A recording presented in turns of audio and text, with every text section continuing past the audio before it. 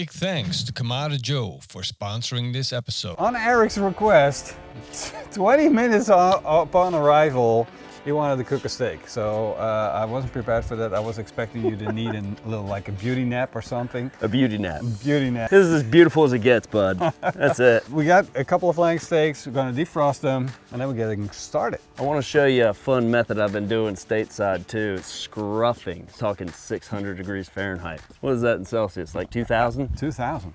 Just got off the plane. I haven't slept in 24 hours and I need to eat. Let's fire up a steak and get it done in 15 minutes or less. Whenever slacking out a steak or defrosting a steak, you want to use water no warmer than 70 degrees, right? We're not trying to poach the steak, and we're gonna leave it in the cryovac bag. So we're just gonna place this directly in our water. And if you want it to happen a little faster, it's always a good idea to use running water. We're gonna go ahead and light the grill and come back to this, and it should be great in about 15 minutes. While we're waiting for the steak to slack out, that's a perfect opportunity to get our grill lit. And since this is a turbo style video, I wanna show you my method on turbo starting the kamado. Come on in. First thing I want to mention is I see people online using way too much charcoal. Think about this, we're doing a flank steak, right? So we don't need the entire grill surface up to 600 degrees.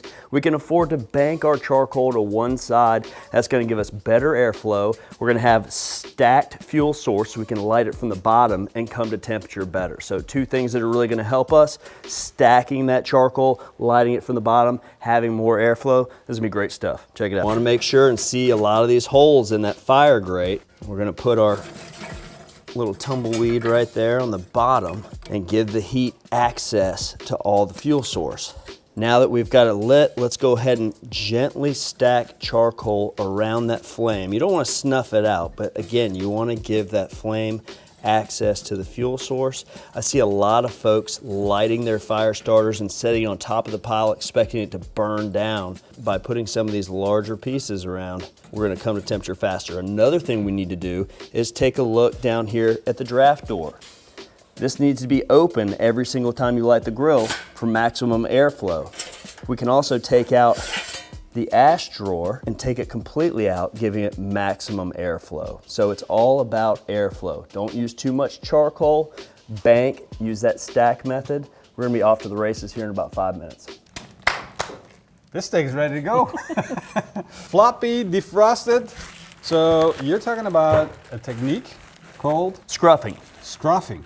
Yeah. What does that mean? Flank steak is great because there's a lot of surface area, right? And we already know that we need a really hot fire to cook this properly because we want a nice bark, but we also want to keep it medium rare. So the only way to do that is have a big, bold fire.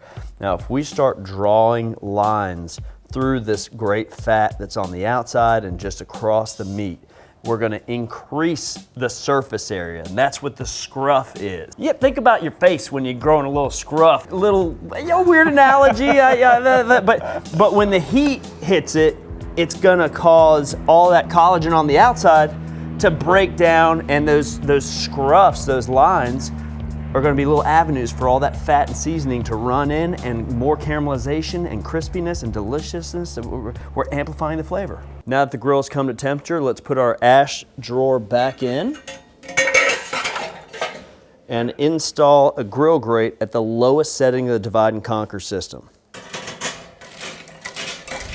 So we got it all scruffed up. It's different, right? It's a scruffy steak. It's become one of my favorite steaks though. I'm telling you that it cooks up so fast. We want that bark, we want that medium rare. It's fast, it's action, it's big, it's bold, it's beautiful, it's scruffed. And we want to remind people too that salt doesn't just make things saltier, it amplifies the flavors that are already there, and always fresh, cracked pepper. Now that we're seasoned up, we're gonna hit a little of this beautiful olive oil. Yeah, this is a really nice olive oil. Like a first press, unfiltered, great olive oil. Let's flip that baby fat side down and let's see some flames pop up.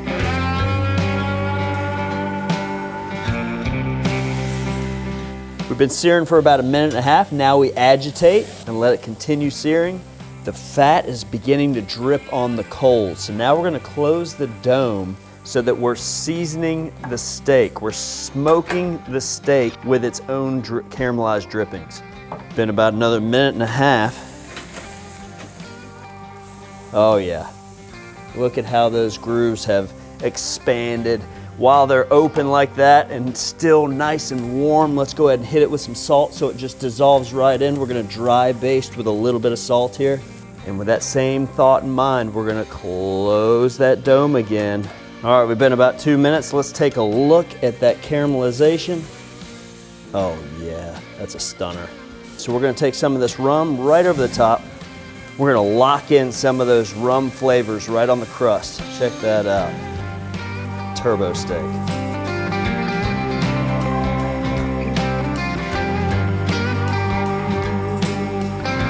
Now we're gonna let it rest. The hardest part about this whole entire cook, letting the steak rest. Wow. Pretty rad. It looks really, really good. Like, this is as scruffy as I've ever seen a steak, I guess. It's like, it's really scruffy. Look at that. Insane how scruffy this is. This is like a 3D on top of a 3D steak. It's an exciting flank steak, there's no question about it. And then the flambé in the end, you know, it's not just about show, right? You want those residual sugars to build the crust, to help the crust. And all the stuff we've done today is about the crust. Yeah. And especially with a steak like this, especially. So let's slice into this. So it's always important to cut your steak across the grain. What we're doing now is cutting it once with, oh, look at that. Sensational. That is that medium rare plus that we want right there. It's such a nice marbled steak too. So now we're gonna slice across the grain, and that's just a way to mechanically tenderize the steak. Oh, that's a stunner.